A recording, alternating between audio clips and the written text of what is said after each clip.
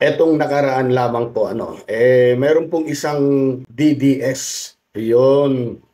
Isa pong DDS ang nag-trending po dahil po sa kanyang video na ayon sa kanya, nagising na daw po siya. Yan, namulat. Kaya po itinakwil. Oo, itinakwil po niya ang dating Pangulong Duterte. Sa gitna ng batikos, di mo pinapansin mga bintang wala ng saysay. Tuloy ang misyon mo para sa bayan natin. Kahit anong husga, di nagpapaapi. Okay, so ayun nga po mga ka-explore. Ano po? Nakakatuwa naman na kahit sabihin natin na talagang diehard Duterte supporters, pwede palang magising at mamulat sa katotohanan. Siyempre, tao lang naman tayo at may pagkakamali. Pero yung mga taong ganyan na handa pong aminin o kaya ikangay itama yung kanyang pagkakamali na maling paniniwala, sinasaluduhan po natin yung ganon. Sabi nga po ni Trillanes, ni Mayor. Mayor, magandang araw po, Mayor. Ito po ang sinabi po ni dating Senator Trillanes na ngayon ay tumatakbo pong mayor po sa Caloocan. Ang sabi niya, di mo kasalanan kung binoto mo si Duterte noon dahil naghahangad ka ng pagbabago at nalinlang ka kasi. Magaling siyang manloko. Yan ang sabi ni dating Senator Trillanes. Pero matinding katangahan na. Oo. Kung hanggang ngayon ay maka-Duterte ka pa rin. Pagkatapos ng mga tayan, yan, pangungurakot, pagpapahirap at kapalpakan ni Duterte, ayan, matinding katangahan daw. Pagka hanggang ngayon, ikangay nagpapakatanga ka pa. Talagang ganun ang buhay mga kababayan, mga ka-explore. Tama naman po si Mayor Trillanes. Marami noon ang naghangad daw ng ng pagbabago. Yan. Pero may isa pang dahilan. Alam po ninyo kung ano po yun. Mga loyalista at mga Marcos supporters ayaw talaga sa mga Aquino noon. Yan po ang nangyari. At noong patapos na po ang termino po ni Noynoy Aquino, tila isang dilawan na naman ang gustong iluklok. Yan ang mainit na usapin noon. Dilawan na naman ang iluluklok. Kaya ang nangyari, biglang sumulpot ang pangalan po nitong si Digong. At marami ang napaisip dito mga kababayan. At dito na rin po pumasok yung katwiran na, wala pong pagpipilian. Ganyan po Kahit naman ako noong araw, ganun din Walang pagpipilian. Kung ayaw natin sa mga dilawan, sino iboboto natin? Natural, maghahanap tayo ng alternative sa ika nga. At ito nga po, sumulpot ang pangalan po ni Duterte. At doon na nga po nangyari na nakapag-isip o kaya nakapag-desisyon ang mga mamamayan, lalong-lalo na po itong mga Marcos loyalists at mga supporters na suportahan o itaguyod itong si Digong. Isa pa, dahil po si Senator Amy Marcos po ang nangampanya o kaya nagpakilala kay Digong sa mga loyalista, kaya po kinagat naman at sinuportahan na ng gusto.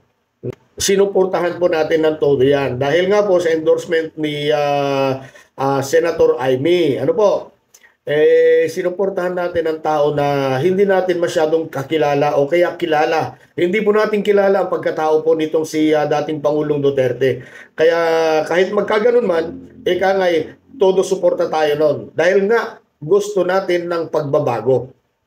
At alam nyo mga kababayan, mga ka-explore, lalo pa pong tinangkilik itong pasensya na kayo sa boses ko talagang parang nauubusan na ako ng boses ituloy natin. Ang totoo niyan, lalo pang tinangkilik po itong si Duterte nang gamitin na nito yung issue sa kanyang pangangampanya. Ito po ba yung issue na ipapalibing niya si Apo Lakay sa libingan ng mga bayani? Nang marinig ng mga tao yan, ay nako, sabi ko sa inyo, Oo, ang daming ngayon pa man din ay nagpapasalamat na sila kay Duterte noon. Si Duterte ang isa sa mga kumakandidato po noon na hindi ko po naringgan ng plataforma. Kasi po ay napanood ko po yung debate o kaya yung harap-harapan ng mga presidentiables nung araw na kung saan tinanong sila kung ano ang kanilang mga plataforma. Yung mga nauna, yun, na talagang binanggit nila yung kanilang mga plataforma di gobyerno. Plataforma sa gobyerno ba yun ang tawag? Oo, di bale. Basta plataforma. Oo. Nung dumating sa punto na si Duterte na po yung tinanong, alam nyo kung anong sinagot? Ito po ang sagot ni Duterte noon. Yung plataforma nila, pag samasamahin mo, yun na ang plataforma ko. Lamang na lamang po si Duterte, ano? Biruin po ninyo yung plataforma po ng tatlong presidentiables ay pagsamasamahin mo, then yun na yung kanyang plataforma. Hindi lamang na lamang nga naman itong si Duterte. Idagdag mo pa dyan yung sinabi niya, yung pinangako niya na pupuksain niya ang illegal na droga. Yan. My God, I hate drugs. Abay, dyan sa puntong yan, talagang pinalakpakan na marami ito si Duterte, ano. Sa madaling salita po, nanalo po si Duterte. At ano po ang mga sumunod na nangyari? Una at pangalawang taon pa lamang, marami na ang dismayado. Opo, tama po yun. Marami na po ang dismayado po sa pamamalakad ni dating Pangulong Duterte. Pero wala po silang magawa. At wala rin pong naglakas ng loob para po ikangay kontrahin labanan nitong si Duterte dahil nakikita po ng karamihan noon talagang kontrolado lahat ni Duterte. Mabuting-mabuti na lamang po at lumutang po ang katapangan nitong si dating Senator De Lima, no? At sumabay din itong si Trillanes. Sa bagay, itong si Trillanes po ay likas na matapang po yan. Isa pong sundalo, PMAyer, ano? Talagang matapang po ito dahil siya rin po ang namuno doon sa Okud Mutiny kung tawagin natin. Tinawag nilang trililing, tinawag nilang sundalong kanin. Pero, ay nako, hindi po nagalaw ni Duterte yan. Hindi po nagalaw, hindi po nagawang ipakulong ni Duterte itong si dating Senator Trillanes. At ang nakakatuwa po dito, mga kababayan, tinatawag nilang sundalong kanin, siya rin palang magpapakulong kay Duterte sa ICC. Asensya na talaga kayo sa boses ko. Nangangati, lagi nangangati. Okay, tuloy natin. At kung may mga nagising man at namulat na po sa katotohanan, ano po? Iniwan na po si Duterte. Yan, iniwan na po. Ika nga'y bumaliktad na. Itinakwil at nagbalik loob na po sa gobyerno. Well, hanggang ngayon, kahit nasa ICC na po si Duterte, hindi pa rin dito natatapos ang ika nga'y paghingi ng hustisya nitong mga biktima di umano ng extrajudicial Ayan. At kapag matapos na o kaya ay may inilabas ng findings ng ICC patungkol po dito, guilty or not guilty o yung tinatawag na acquitted, sana naman po tumahimik na po ang lahat pagkatapos niyan.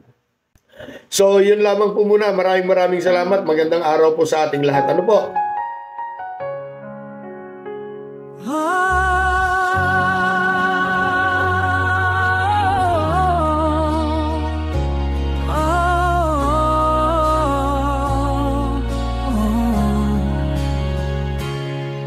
Sa gitna ng batikos, di mo pinapansin mga bintang wala ng saysay.